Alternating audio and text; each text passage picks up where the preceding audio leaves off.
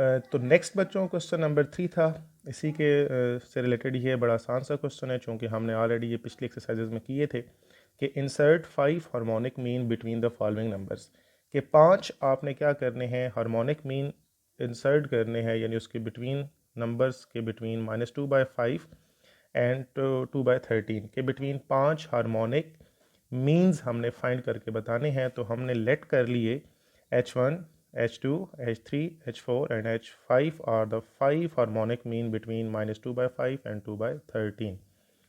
तो उसको हमने लिखा -2/5, H1, H2, H3, H4, H5, 2/13 are in harmonic progression. चूँकि हार्मोनिक प्रोग्रेशन का हमारे पास कोई फार्मूला नहीं होता, हम इसका रेसिप्रोकल लेके इसको अरिथमेटिक प्रोग्रेशन में लेके जाएंगे। तो हमने बच्चों लिया रेसिप्रोकल, -2/5 का रेसिप्रोकल -5/2 आ जाएगा, 1/H1, 1/H2, 1/H3, 1/H4, 1/H5 and 13/2। ये अरिथमेटिक प्रोग्रेशन में कन्वर्ट हो गए। अब यहाँ पे देखें तो A1 की वैल्यू -5/2, टोटल टर्में कितनी है 1 2 3 4 5 6 7। तो लास्ट वाली टर्म क्या होती है A7, यानी आखिरी टर्म उसको 13/2। n कितने हैं, टोटल टर्में कितनी है, वो भी 7 ही है। अब यहाँ पे देखें तो A1 है, लास्ट टर्म पता है, n पता है, d नहीं पता। तो हमने वो अरिथमेटिक प्रोग्रेशन वाला फार्मूला लगाया। सारी वैल्यूज़ लगाने के बाद सबसे पहले हम d फाइंड आउट करेंगे ताकि हमारे पास सारी रिक्वायरमेंट्स पूरी हो जाएं। तो d हमने फाइंड किया तो वो हमारे पास आ गया 3/2। अब हमारे पास सारी टर्में मौजूद हैं।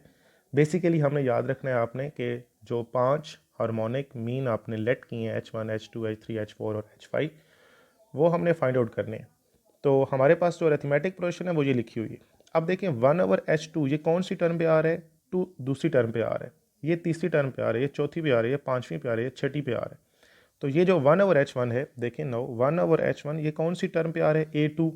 और अरिथमेटिक प्रोग्रेशन में A2 किसकी इक्वल होता है, A1 + D। हमारे पास A1 की वैल्यू भी है और D भी हमने फाइंड आउट कर लिए, दोनों की वैल्यूज़ लगाई, उसका आंसर -1 आ गया। फिर 1/H2 जो है वो किसके इक्वल आ रहा है, तीसरी टर्म पे आ रहा है, यानी A3। उसका फार्मूला क्या होता है, A1 + 2D। हमारे पास वो भी आ गए। फिर इस तरह 1/H3 वो A4 टर्म पे आ रहा है, तो उसका फार्मूला होता है A1 + 3D। वो भी हमारे पास आ गए। 1/H4 A5 टर्म पे आ रहा है, उसका फार्मूला होता है A1 + 4D। वैल्यूज़ पुट की तो वो वैल्यू भी हमारे पास आ गई 7/2। 1/H5 किस टर्म पे आ रहा था, A6 टर्म पे आ रहा था, उसकी वैल्यू भी हमने पुट की A1 + 5D। वैल्यूज़ पुट करने के बाद उसका भी आंसर हमारे पास आ गया 5। अब देखें तो हमारे पास ये चीज़ आ गई, 1/H1 का आंसर -1, 1/H2 का आंसर 1/2, 1/H3 का आंसर 2, 1/H4 का आंसर 7/2, 1/H5 का आंसर 5।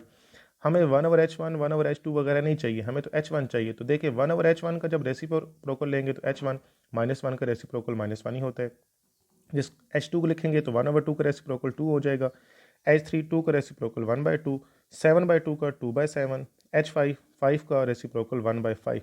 तो देखिए H1, H2, H3, H4, H5 ये पांचों के पांचों आपके पास क्या आ गए हैं, वो हार्मोनिक मीन्स आ गए हैं जो स्टार्ट पे सबसे पहले आपने क्या किए थे, लेट किए थे। तो अब ये हेड सामने लिख दिया, -1, 2, 1/2, 2/7, 1/5 are the 5 harmonic mean between -2/5 and 2/13। इसका second part same as it is है, आपने इसी तरह 5 हार्मोनिक मीन इंसर्ट करने हैं, फिर उसको अरिथमेटिक प्रोग्रेशन में कन्वर्ट करना है, फिर उसका डी पहले फाइंड कर लेना है, फिर टर्में फाइंड कर लेनी है, एट देन आंसर को रेसिप्रोकल लेके लिख देना है, तो वो आपके 5 हार्मोनिक मीन्स आ जाएंगे। ये क्वेश्चन नंबर 3 था। क्वेश्चन नंबर 4 भी सेम एज इट इज़ है, वो भी आप खुद हल करेंगे। उसके 3 पार्ट हैं और वो तीनों पार्ट हल करके आप मुझे सेंड भी करेंगे। उसमें आपने 5 हार्मोनिक मीन इंसर्ट नहीं करने बल्कि 4 हार्मोनिक मीन इंसर्ट करने हैं। तो जस्ट यहाँ पे late H1, H2, H3 and H4 हो जाएगा। बाकी सारा प्रोसेस आपने यूं ही इसको लेके चलना है। तो ये आपने 6.10 के पहले 4 जो क्वेश्चन हैं इनको कंप्लीट करना है। फिर मुझे बताइएगा भी कि आपको समझ आए हैं या नहीं आए। तो इंशाल्लाह इसको हम कोशिश करेंगे कि इसको वाइंड अप कर दें। तो ये आपने हल करने हैं, फिर मुझे बता दीजिएगा इंशाल्लाह। वमा अलैना इल्लल बलागुल मुबीन।